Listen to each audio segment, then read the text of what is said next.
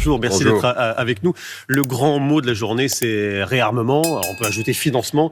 Évidemment, il y a une réunion à Bercy, il y a un conseil européen à Bruxelles. À l'instant, le ministre de l'économie annonce que pour financer le réarmement, il va créer un nouveau fonds d'aide basé sur le volontariat. Est-ce que ça vous semble être une bonne solution, une bonne piste ? Oui, bien sûr, on est, vous venez de le dire, dans une logique où enfin l'Europe prend son destin en main, a décidé de prendre son destin en main, son autonomie stratégique, évidemment au regard de ce qui se passe aux États-Unis, bien entendu, mais aussi, bien entendu, de ce qui se passe sur notre flanc Est, avec évidemment un Vladimir Poutine qui est de plus en plus déterminé à continuer, à aller de l'avant. Il ne s'arrêtera pas, évidemment, en Ukraine, on le sait. Tous les jours, aujourd'hui, nous sommes victimes, tous les jours, je le dis bien, nous sommes victimes d'attaques hybrides de la part de la Russie, tous les jours. Je suis l'ancien commissaire chargé des affaires de défense, je peux en porter témoignage avec vous. Donc évidemment, il faut se réarmer. Évidemment, il faut donc investir. Évidemment, il faut donc proposer, je dirais, maintenant, et ça va être l'objet de la réunion qui se tient ce matin à Bercy, il faut proposer aux industries de défense les financements qui vont être nécessaires. Vous savez, auparavant, on était dans une logique d'arsenal.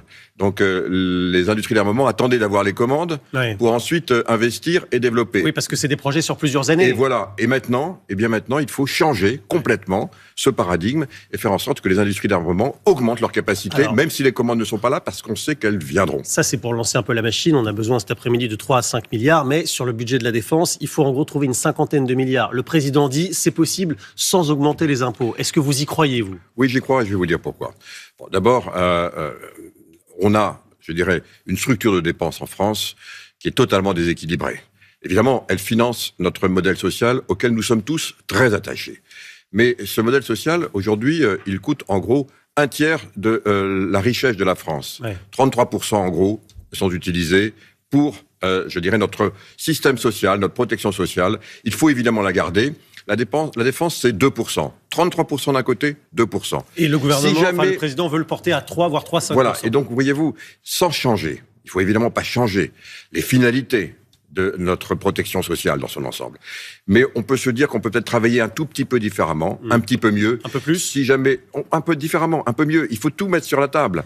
Ça veut dire que 1%, passer de 33% de dépenses à 32%, bien vous avez ce point. Alors, c'est évidemment, les points, c'est beaucoup d'argent, mais c'est quand même, je crois, le temps, aujourd'hui, ensemble, de discuter précisément de ses priorités. Alors, il y a beaucoup d'argent également qui pourrait venir d'Europe, Conseil européen, donc cet après-midi. Et demain, votre amie, je mets des guillemets, Ursula von der Leyen, veut mobiliser 800 milliards d'euros en assouplissant les règles en matière de déficit. Est-ce que cette méthode vous semble la bonne ? Il fallait commencer par ça. Donc, il faut s'en féliciter parce que ça veut dire effectivement que devant l'urgence, vous savez qu'on est contraint dans les règles du pacte de stabilité et de croissance, parce que c'est notre vivre ensemble, de ne pas dépasser, si possible, les fameux 3% de déficit. La France, hélas, en est loin.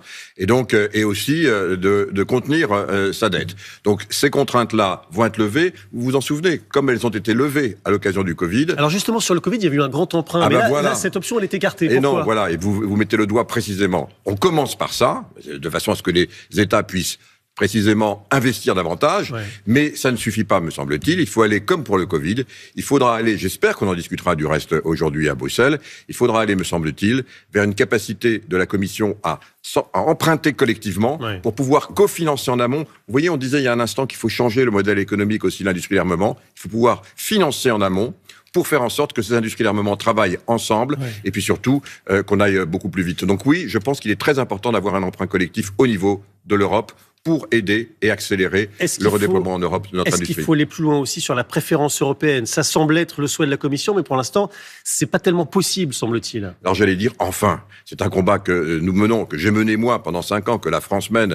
Évidemment, il faut arrêter cette naïveté, où aujourd'hui, je le rappelle pour nos téléspectateurs, 63% aujourd'hui des dépenses militaires, elles se font aux États-Unis. Donc c'est bien pour nos amis américains, mais on le voit dans les temps incertains qui sont les nôtres, on voit bien, évidemment, que désormais, là aussi, il faut reprendre notre destin en main. On va investir l'argent des Européens, mais il faut évidemment que ça profite à nos industries et à nos emplois. Donc on commence enfin à le dire. Là, dans les propositions, il y a 65% donc, au minimum des dépenses européennes qui doivent être faites à tout le moins pour des entreprises européennes. On va voir du reste si on commence à élargir un petit peu, peut-être à ceux qui nous soutiennent. On peut penser aux Norvégiens, on peut penser aux Britanniques. Ben oui. Mais c'est un début, donc il faut s'en féliciter. Moi, je suis toujours pour aller plus loin, mais en tout cas, il fallait passer par là. Tout ça est dû évidemment à la situation en Ukraine. On a vu qu'il y avait eu les discussions Trump-Poutine. Vous avez quel regard sur ces discussions? Parce que, vu de l'extérieur, est-ce qu'on ne se dit pas que c'est enfin Vladimir Poutine qui est en train de mener la danse et qui dicte ces conditions au président américain? Je crois que votre analyse est hélas partagée par un très grand nombre d'observateurs. Je dis hélas parce que pour l'instant, on n'a pas du tout avancé. Vous vous souvenez que, à juste titre, parce qu'il faut évidemment aller vers ça, c'est un passage obligé, Donald Trump avait convaincu Volodymyr Zelensky d'une trêve pendant un mois. Donc il y avait l'une des parties, la partie qui était agressée, qui avait accepté donc d'arrêter de se défendre pour peu que l'autre ne l'agresse pas. Et qu'est-ce qu'on obtient? On obtient uniquement une trêve sur les infrastructures énergétiques. Mais les infrastructures énergétiques, aujourd'hui, en Ukraine, Vladimir Poutine, je le dis bien, écoutez-moi bien ce chiffre, il les a détruites à 80%. Ouais. Donc finalement, il n'y a plus rien à détruire. Et puis en plus... Et la revanche, c'est que pour riposter, c'était les Ukrainiens qui allaient faire des attaques nocturnes avec leurs drones. Donc ça, voilà, il a gagné le fait que on va plus l'embêter pendant un mois sur ses infrastructures énergétiques alors qu'il a détruit les autres. Et voilà ce qu'on a obtenu hier. Donc, il va falloir aller de l'avant, ça c'est sûr. Il le fait en plus au printemps, à un moment où on a besoin évidemment de moins de chauffage qu'en hiver. Que peut faire l'Europe et que peut faire la France dans cette affaire? Le président Zelensky viendra en France la semaine prochaine. Il a dit, moi je parle tous les jours au président Macron, mais on a l'impression qu'il se parle beaucoup, mais au fond, ça mène à rien. Pour l'instant, ce qui mène à rien, c'est quand même des discussions entre Donald Trump et Vladimir Poutine. Il faut bien dire les choses comme elles sont. Ouais. C'est pas, vous vous souvenez, si je me souviens bien, en un claquement de doigts, en 24 heures, j'aurais réglé le conflit. Voilà où nous en sommes. Donc l'Europe doit faire ce qu'elle a à faire. Alors bien sûr, on doit continuer à soutenir l'Ukraine, parce que plus elle est soutenue, plus elle sera en position de force lorsque ces fameuses discussions qu'on appelle de nos vœux viendront. Ouais. Il faut que l'Europe continue à accélérer sur son réarmement. C'est ce qu'elle fait, et ça sera l'objet de la réunion à Bruxelles, mais aussi la réunion à Paris, pour voir comment on peut financer mieux et accélérer donc le redéploiement des industries européennes et françaises de défense. Donc l'Europe joue son rôle. Il faut vraiment que nous, on continue à avancer très vite. Et puis je vais vous dire, il y a un moment où évidemment, on va être appelé parce que sans nous, rien ne pourra se faire. Alors il y a un autre dossier européen très important, c'est le dossier des droits de douane, parce que là-dessus, Donald Trump, il est passé à l'acte avec des hausses de 25% sur l'acier et l'aluminium. Il va finir d'achever l'industrie française et l'industrie européenne, Donald Trump, ou pas? Si vous voulez, en se faisant, il achève aussi la sienne. Parce qu'à partir du moment où on met des droits de douane comme il les met, je discutais hier avec des spécialistes de l'industrie automobile qui disaient, mais à partir du moment où vous mettez par exemple, les droits de douane sur l'acier, qu'est-ce qui va coûter plus cher? L'acier qu'on importe évidemment aux États-Unis. Les États-Unis doivent importer de l'acier, beaucoup d'acier, y compris pour faire leurs voitures.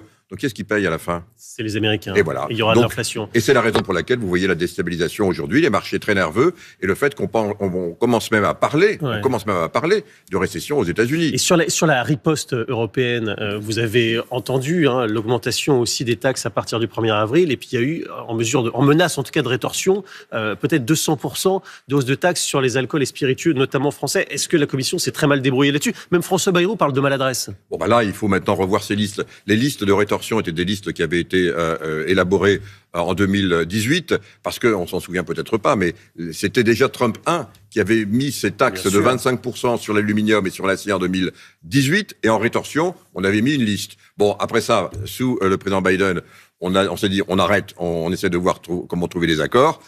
On n'a pas trouvé d'accord, donc c'est finalement le statu quo ante qui vient de disparaître, et on est maintenant dans la logique qu'on était en 2018. Oui, vous avez raison, il faut peut-être revoir un petit peu, rebalayer les listes de rétorsion qui sont plus aujourd'hui ce qu'elles étaient il y a 7 ans. Et sortir notamment le Bourbon du Kentucky, parce que c'est de là que tout vient. Merci beaucoup. Ça serait peut-être une idée. Exactement, merci Thierry Breton.